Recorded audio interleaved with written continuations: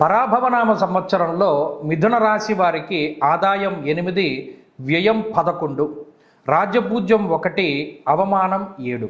మిథున రాశి వారికి జూన్ 2వ తారీఖు వరకు గురుడు జన్మ రాశి యందే సువర్ణమూర్తిగా సంచరించబోతూ ఉన్నారు.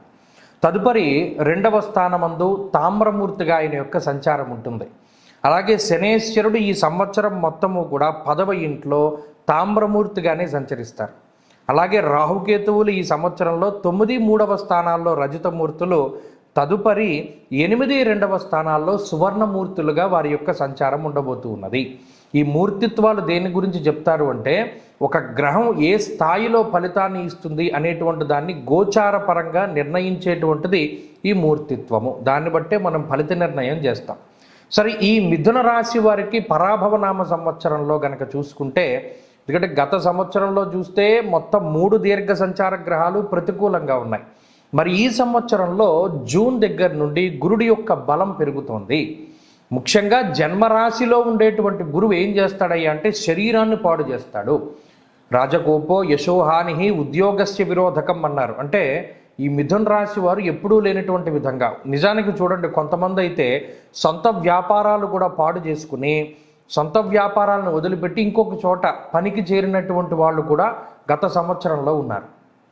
అటు ఉద్యోగపరంగా దెబ్బ కొడతాడు గురుడు, వ్యాపారపరంగా ఇబ్బంది పెడతారు. ఇప్పుడు ఈ సంవత్సరంలో ఏమవుతోంది, 2వ స్థానానికి గురువు యొక్క సంచారం మారింది. ఎప్పుడైతే గురువు 2వ స్థానానికి వెళ్ళారో మనస్సౌఖ్యం యశోవృద్ధిం సౌభాగ్యంచ ధనాగమః అన్నది శాస్త్రం. కోల్పోయినటువంటి చోటే తిరిగి ధనాన్ని సంపాదించుకునేటువంటి శక్తి గురుడు ఇస్తారు. మనస్సౌఖ్యము అన్నారంటే మానసికంగా చాలా ఆనందంగా ఉంటారు. ఎప్పుడు మానసికంగా ఆనందం కలుగుతుంది, మనం అనుకున్నటువంటివన్నీ జరిగి మనం కోరుకున్నటువంటివన్నీ మనకి దక్కినప్పుడు మానసిక ప్రశాంతత ఉంటుంది. మన జీవితం మనం అనుకున్నట్టు వెళుతోంది, మనం ఫలానాది అచీవ్ చేయగలిగాం అనేటువంటివన్నీ మనకి తెలుసున్న నాడు చక్కగా ప్రశాంతంగా జీవనం ముందుకు వెళుతూ ఉంటుంది. కాబట్టి అటు మానసిక సౌఖ్యము, అలాగే గతంలో మీ మీద ఉన్నటువంటి నీలాపనిందలను మీరు తప్పించుకోగలుగుతారు. అంటే మీకున్నటువంటి చెడ్డ పేరుని మీరు తీసేసుకోగలుగుతారు. ప్రత్యేకించి ఎక్కడైతే మీరు అవమానింపబడ్డారో అక్కడే తిరిగి మీ యొక్క గొప్పతనం ఏంటో, మీ మంచితనం ఏంటో నిరూపించుకోగలిగేటువంటి స్థితి ఈ సంవత్సరంలో ఉంటుంది. కాబట్టి అటు ఆర్థికంగా ప్రగతి కనబడుతూ ఉన్నది, ఆరోగ్యపరంగా ఉన్నతి కనబడుతూ ఉన్నది. అలాగే సౌభాగ్యంచ ధనాగమః, వివాహాది శుభ కార్యక్రమాలు కానీ లేదా మీ భుజాల మీద వేసుకున్నటువంటి ఏదైనా ఒక గొప్ప శుభ కార్యక్రమాన్ని కానీ మీరు పూర్తి చేయగలుగుతారు. మీకు ఆ శక్తి వస్తుంది, ఆర్థికంగా స్తోమత వస్తుంది. అలాగే కుటుంబ పరంగా మీకు మీ కుటుంబ సభ్యులు కూడా మీకు కలిసి వస్తారు. ఇప్పటివరకు మీ కుటుంబ సభ్యులు మీకు ఏదైనా కొంత వ్యతిరేకమైనటువంటి భావాలను కలిగి ఉండి వారు మిమ్మల్ని విభేదిస్తూ ఉంటే కూడాను ఆ విభేదాలన్నీ సమసిపోయి మీ కుటుంబ సభ్యులే మీకు సహాయం చేసేటువంటి స్థితిగతులు ఈ సంవత్సరంలో ప్రత్యేకించి కనబడుతూ ఉన్నాయి. అలాగే ఈ మిగతా 2 గ్రహాలు అంటే శనేశ్వరుడు, కంటక శని అంటారు, దశమంలో ఉండేటువంటి శనేశ్వరుడు కొద్దిగా ఇబ్బందికరమైన ఫలితాన్ని ఇస్తారు. ఏం చేస్తారు, ఉద్యోగపరమైనటువంటి ఇబ్బందులను మరేతరత్ర వాటిని కొంచెం కలగజేసినప్పటికీ, రాహు భాగ్యస్థానంలో ప్రతికూలతనిచ్చినప్పటికీ గురుడిచ్చేటువంటి ఫలితం ముందు అవి కొద్దిగా తగ్గుముఖం పడతాయి. కాబట్టి అటు శనేశ్వరుడు దశమంలో ఉద్యోగపరంగా వాటి పరంగా ఒత్తిడిని కలగజేయడానికి, 9వ స్థానంలో రాహు ఆర్థికంగా ఇబ్బంది పెట్టడానికి, ఆ 2 ఫలితాలు కూడా గురువు వల్ల పాజిటివ్గా మారతాయి. ఉదాహరణకి చూడండి, ఓ పెళ్లి చేయాలి లేదా ఓ ఫంక్షన్ చేయాలి అంటే ఖర్చు అవుతుంది.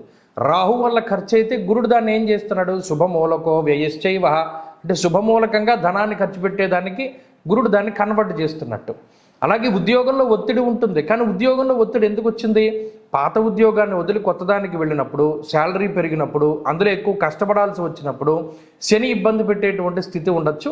దాన్ని కూడా గురుడు ఏం చేస్తున్నారు, కొంత పాజిటివ్గా కన్వర్ట్ చేస్తున్నారు. కాబట్టి ఈ గ్రహస్థితి మొత్తము కూడా మిథున రాశి వారికి ఈ సంవత్సరం కొంత అనుకూలంగానే ఉండబోతూ ఉన్నది.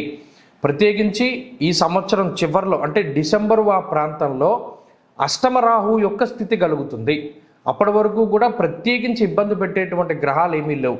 డిసెంబర్ 8వ తారీఖు నుండి మాత్రం కొంత అష్టమంలో ఉండేటువంటి రాహు యొక్క స్థితి ఇబ్బంది పెట్టడానికి అవకాశం ఉంటుంది. ఏ విధంగానూ మెయిన్గా ఆరోగ్యపరంగానే రాహు ఇబ్బంది పెడతాడు.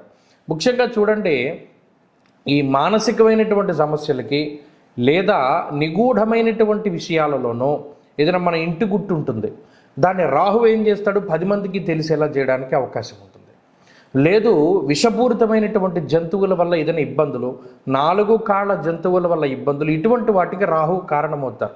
కాబట్టి సంవత్సరం చివరిలో రాహు అష్టమంలోకి వెళ్ళినప్పుడు మాత్రం మిథున రాశి వారు జాగ్రత్తగా ఉంటే సరిపోతుంది. మిగతా పక్షం అంతా కూడా గురుడిచ్చేటువంటి శుభ ఫలితాలను చక్కగా అనుభవిస్తూ, కంటక శని వల్ల ఏర్పడినటువంటి ఒత్తిడి ఏదైనా ఉంటే కూడా అది తగ్గించుకుంటూ ముందుకు వెళ్ళడం ద్వారా మిథున రాశి వారు మరింత శుభ ఫలితాలని పొందగలుగుతారు.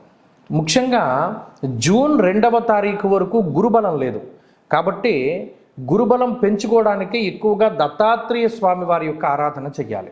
లేదు ప్రతి గురువారం నాడు శనగలు కానీ, పసుపు రంగులో ఉండేటువంటి పళ్ళు కానీ, పసుపు రంగులో ఉండేటువంటి స్వీట్లను కానీ ఎవరికైనా దానం చేస్తూ ఉండడం ఉత్తమం.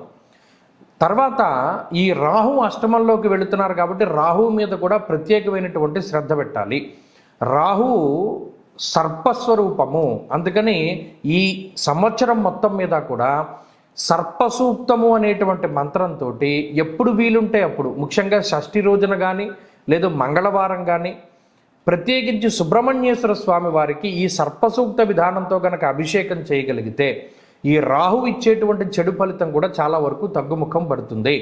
అలాగే ప్రత్యేకించి ఆదివారం నాడు మినప్పప్పుతో చేసినటువంటి పదార్థాన్ని కుక్కలకి ఆహారం కింద వేయడం ద్వారానో, లేదా ఎవరైనా లేని వాళ్ళకి దాన్ని పంచిపెట్టడం ద్వారానో ఈ గ్రహదోషాలు అవన్నీ తొలగిపోయి మరిన్ని శుభ ఫలితాలు అనుభవించడానికి అవకాశం ఉంటుంది.